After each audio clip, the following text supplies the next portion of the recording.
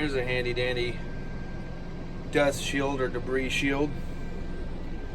And this is that new Gearwrench serpentine belt or drive belt kit with the locking flex head that I was telling you guys about. This thing's freaking sweet if you don't have one at all.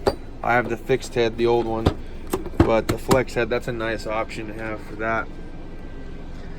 Let's see if we can't spot anything. Ooh, there's nice 90-degree Milwaukee drill. Is that forward and reverse or just the one direction, Jeff? Both directions. Both directions, that's pretty nice. Let's see here, what else we got going on? There's that Ford Creeper, you guys have seen that. Saw those last week.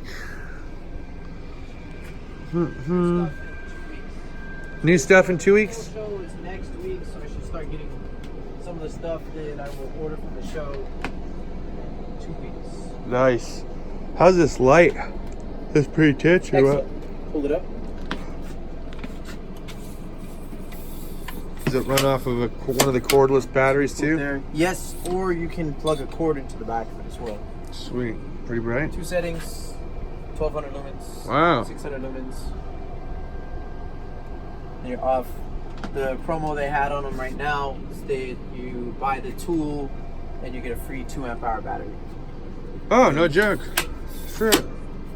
Is that one of those little guys or what? Yes. So there's your 2 amp hour. Can you put the M18s on there or is it just? No, just a 12 volt, but you can fit a 6 amp hour in there as well. What's the runtime on it though? Runtime like on if you this had it one, on constantly at 600 or 1200. If you had it on this is from customer input that they're getting about 3 hours of runtime on this. So it's pretty good. For 600? Yeah. Okay. So about half as much then for 1200 lumens, I bet. Correct. And how much does that hot rod go for? $236. That's a pretty nice light.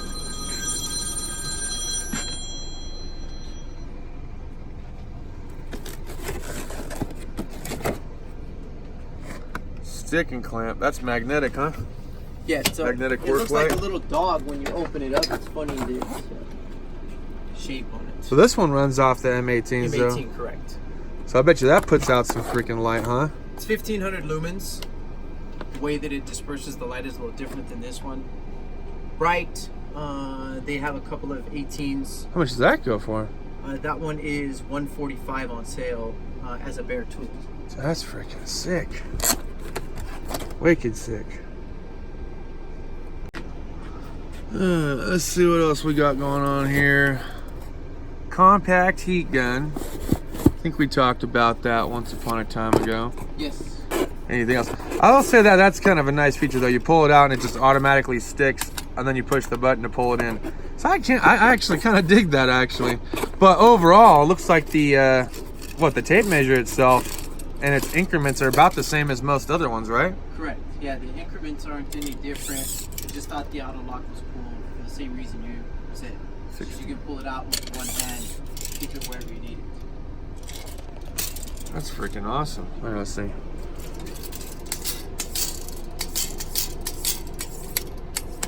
Ha! I dig that. That's kind of cool. What's this? Oh, this is Streamlight. This is not Milwaukee. No. Is that light pretty badass or what? It's an excellent light. The only downside on it is the magnet. It's a little bit weak, but you have white LED. You have sunlight replication, body shop guys. Oh, to look for any kind of indifference in the stain. Correct. Or the paint. Correct. And then a UV. Mm-hmm. What would something like that go for from Streamlight? These ones 117. Okay. So it uses the same style battery that's in the Stingers, but it's not a removable battery. So you just plug it and go.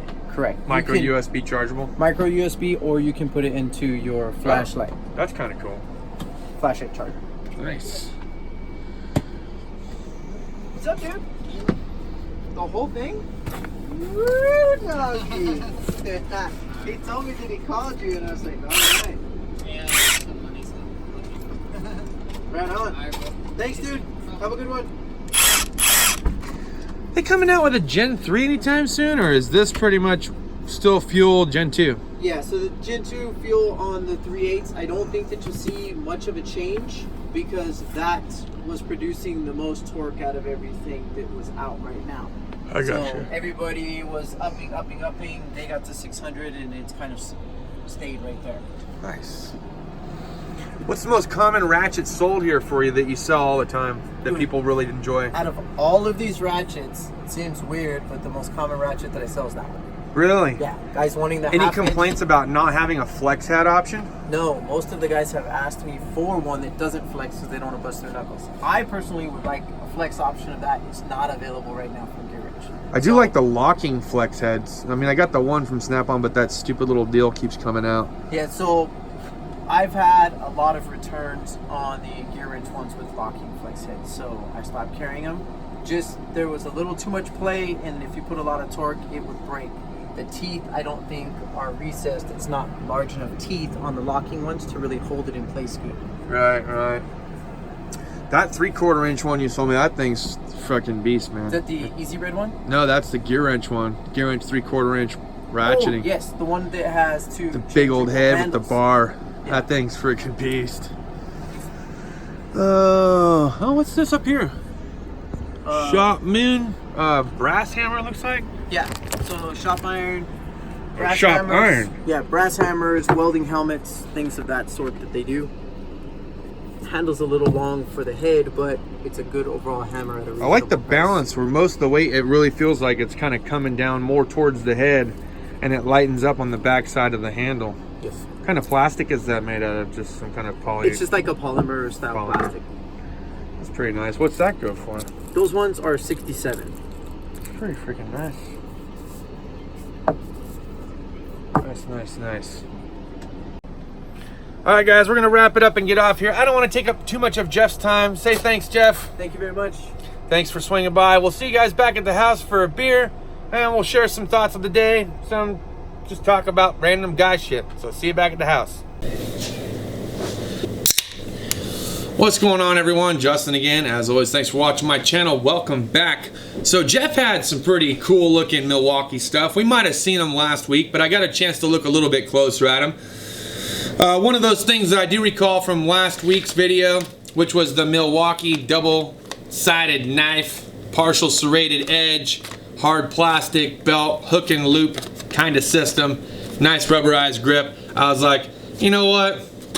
That might be actually kind of cool to have. I don't remember how much came in. I think it was like a little over 20 bucks. I was like, yeah, you know what? Even as a box opener, it's kind of cool, right? Add it to my little Milwaukee collection. I don't own a lot of Milwaukee tools, but ones that I have been pretty badass so far, so why not, right? So I added that. Okay, so earlier I was also freaking out because I lost my tape measure. I was like, where the heck did I put this tape measure at, man? I was looking for it. I needed it. I was trying to compare one part to the other to see if I had the right size. Something just seemed a little off. Couldn't figure it out. Was looking all over for my tape measure. It wasn't in the drawer that I normally kept it in. So needless to say, in a pinch, it being cheap enough, I ended up picking up this Milwaukee Auto Lock tape measure from Jeff on the tool truck today. I needed it, okay? It was a need at the time. I absolutely needed it to measure something. I didn't have anything that stretched out this far, and one of the other ones that we had in the shop, no one could seem to really find it right away. Then we found Joey's, and I was like, you know what? It doesn't matter. I still need a tape measure. I don't know what. Maybe I left it under the hood of a car. I'll just get another one. Fairly inexpensive. I think it also came in at a little over 20 bucks. So, picked it up. But look. How far can I stretch it? That's the question, right? Let's see. Before it breaks. So if I wanted to point to something, whether I'm in construction or roofing, and I needed to reach, let's see how far it goes before it breaks. What are we at now? We are at 7 feet 8 inches, 8 feet 3 inches.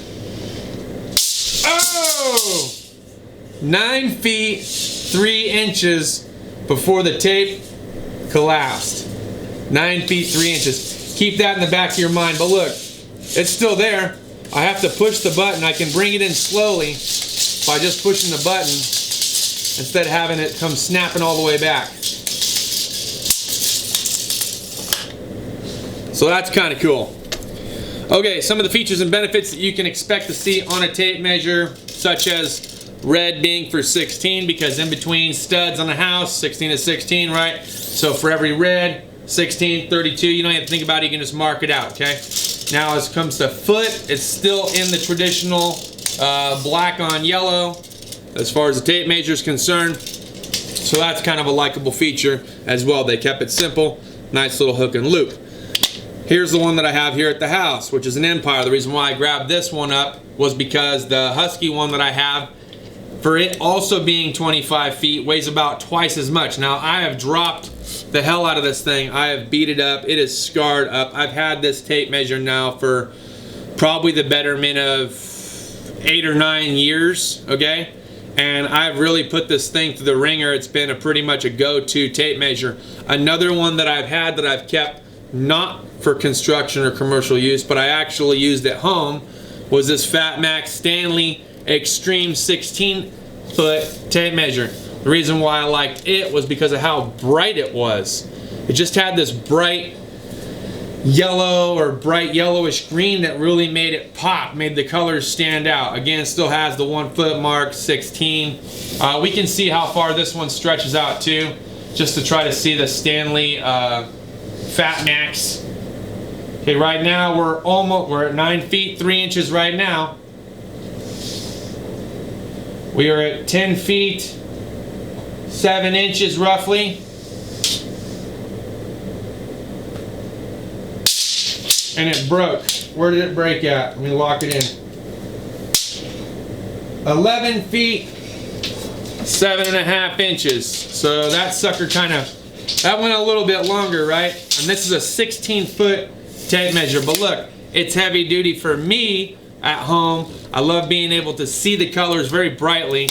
My vision's not what it used to be. I've never actually done this tape measure stretch test before, but I was told by a fellow construction worker, a roofer of mine, that that's actually one of the tests they use, because when they want to point out an object on a house, they'll actually extend the tape measure and say, I need you to move this to here, move that over here, etc., etc. And even in framing, same exact thing. Okay, we're going to hang joists here, here, and here. I need you to go over there and fix that. So that is one of those things that was brought to my attention I think about a week or two back when I was BSing with somebody else about constructions, because they were talking about what I thought the Bauer tape measure, and I was like, I don't really know. I was watching another review. I think Chris from Client Graphics did it. I was talking to a couple of my family members that are still in the roofing trade, and they're like, yeah, you know, I mean, it's hit and miss, man. He goes, you're going to drop them, you're going to break them. It doesn't really matter who you get them from. You're going to go through them. And I was like, you know, I really haven't gone through too many tape measures. The most times that I've bought a new tape measure was to replace one that I've lost or misplaced. So that's why I have the Husky and the Stanley. The Stanley one I actually had at work for the longest time. The Empire I picked up for the house because it was half the weight of the Husky, and this was more for I knew that if I was going to be on a 2-story roof and I dropped it was going to hold up. This one I knew if I was here around the garage on the floor and I dropped approximately 3 feet, it was going to hold up and be just fine. Now with the Empire, this is a little bit different. Their number configurations for 16 on stud is in blue, and then 1 foot is still in the traditional black. Let's see what this 25-foot tape measure will go to. Let's just stretch it out like we would the other ones.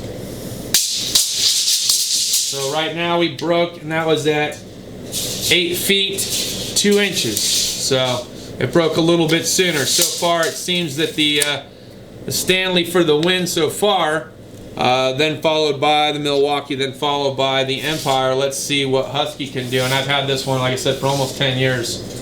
Not even sure where its breaking point would be just yet. Broke right there.